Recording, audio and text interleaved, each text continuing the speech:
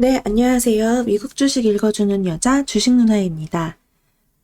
8월 24일 수요일 아침, 우리가 잠든 사이 밤새 미국 증시에서는 어떤 일이 있었는지 체크해 드리도록 하겠습니다.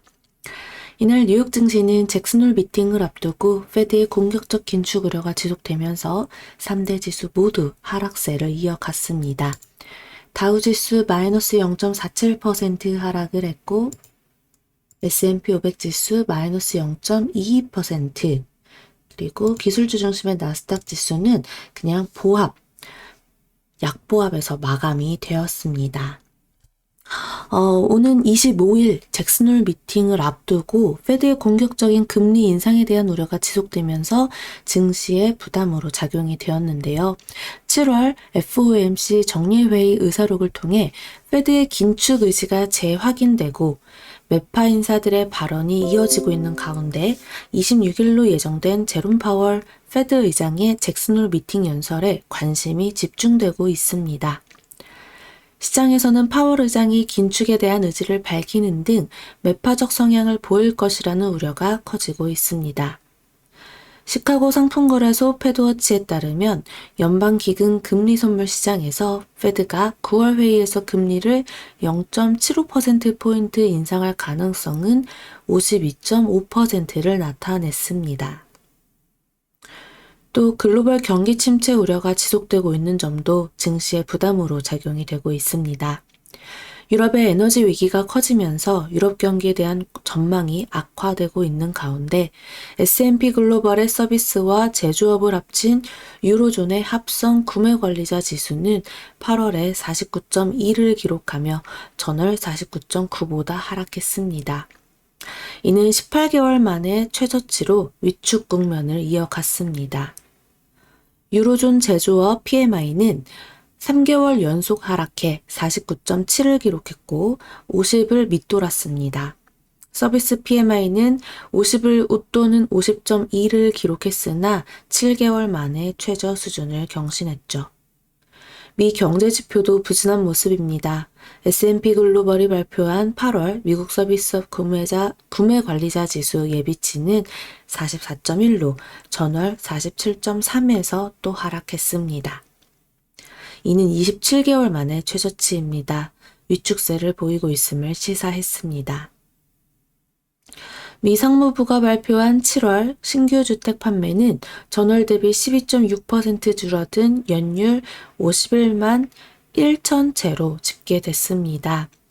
이는 월스트리트 저널이 집계한 시장 이상치 57만 4천 채에 크게 못 미치는 수준으로 2016년 1월 이후 최저 수준입니다.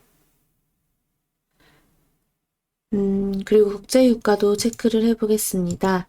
네, 이날 국제유가 WTI 10월 인도분 가격은 전거래일 대비 3.38달러나 급등하면서 93.74달러에 거래 마감되었습니다. 국제유가는 사우디 감산 가능성 언급 등의 급등하는 흐름이 나타났다라고 또 체크하시면 될 것 같습니다. 업종별로는 등락이 엇갈린 가운데, 네, 이제 그 전날 낙폭이 컸던 나스닥에서만 보더라도 대형 기술주들 중에서 낙폭이 컸던 종목 중에 다시금 조금씩 나타나고 있는 종목도 있고, 이어서 계속 약한 흐름을 보이는 종목도 있습니다.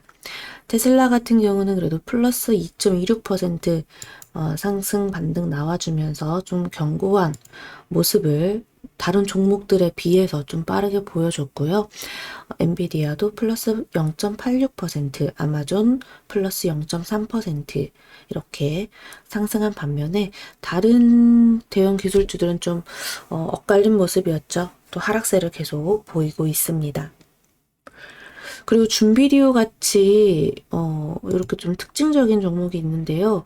달러화 강세랑 이 가입자 성장세 이런 내용이 또 엮이면서 핵심 사업의 난관이 예상된다는 회사 측 설명이랑 연간 전망치 하향 조정 소식에 16%대 급락을 했습니다.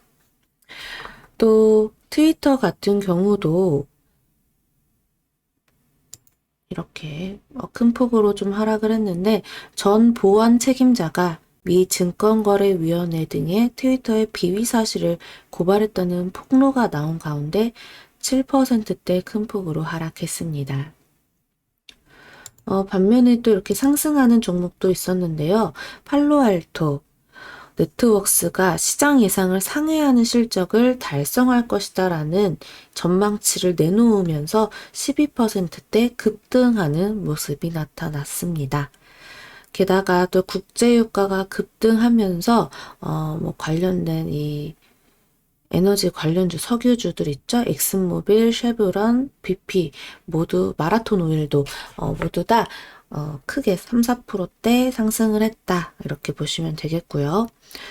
뭐 방산 쪽이랑 이 광산 이쪽도 흐름이 괜찮았고, 그리고 오랜만에 여행, 항공, 카지노, 자동차 섹터까지 괜찮은 흐름 이어가고 있습니다. 소비재 쪽도 네, 종목별로는 조금씩 달라도 흐름이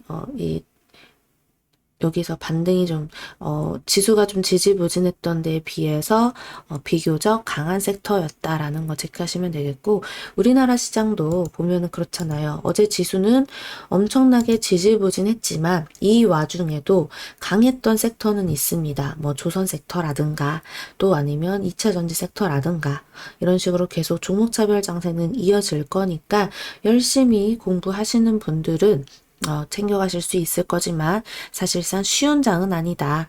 그 점을 꼭 체크하세요. 그래서 우리가 여기 2,500 넘었을 때부터 계속 강조했던 게 뭐다? 그냥 조금 해지 수단으로 마음 편하게 시장이 꺾일 때를 대비해서 여기 또 단기 고점에서는 인버스를 분할 매수로 모아가자. 그럼 그렇게 하셨던 분들은 지금 약수익 1, 2%라도 뭔가 빨간불을 켜는 이게 그 빨간불을 켜는 것을 좀 볼 수 있을 거예요. 인버스라든가 다른 부분에서. 하지만 그게 아니고 어떻게 발만 동동 구르면서 지금 내 종목 팔아야 되나 말아야 되나 고민하시는 분들은 계속해서 마이너스가 깊어질까봐 염려만 하고 계실 겁니다. 지금 시장은요, 정말 잘 대응하고 전략을 잘 짜서 해야지만 손해를 최소화시킬 수 있고 또 수익을 극대화시킬 수 있습니다. 혼자 하시기 정말 어려운 시장일 건데 그럴 때일수록 우리 우주님들이랑 같이 발 맞춰서 차근차근 해보셨으면 좋겠어요. 또 라이브 방송이 아직까지 제가 딱 고정적인 시간은 아니지만 시간 되는 대로 계속 도와드리려고 하고 있으니까 라이브 방송에서 우리 만나서 또 공부하고 매일같이 이렇게 미국 증시 올려드리고 있으니까요. 아침마다 좀 그날 이제 그리고 그 순간순간에 이제 미국장 흐름을 보면서 우리도 어떻게 대응하면 좋을지에 대해서도 이야기 나눠요. 사실 뭐 미국장이 어쨌든 그 전날 큰 폭으로 하락했다가 어제는 좀 약보합, 뭐 마음에 드는 단기 저점 이건 아니에요. 그래서 우리도 추가적인 하락 열려 있습니다. 하지만 이 개파락 출발 후 양봉으로 뽑아내는지 또 수급이 어떻게 들어와 주는지 그거 보시고 결정해야 될 거예요. 오늘 시장도 녹록지 않겠지만 우리 또 여기서 어느 저점에서 잡고 단기 반등 나오고 하면서 박스권 흐름 이어갈 수 있다라는 거 생각하면서 우리 좀 시장 흐름 유연하게 잘 대처하기를 바라겠습니다. 쉽지 않은 시장이니까 이럴 때 오히려 아무것도 안 하고 그냥 관망하는 것도 방법이다. 이렇게 볼게요. 자, 오늘 하루도 좋은 하루 보내시고요. 우리는 또 라이브 방송에서 만나요. 이상 미국 주식 읽어주는 여자 주식 누나였습니다. 또 만나요.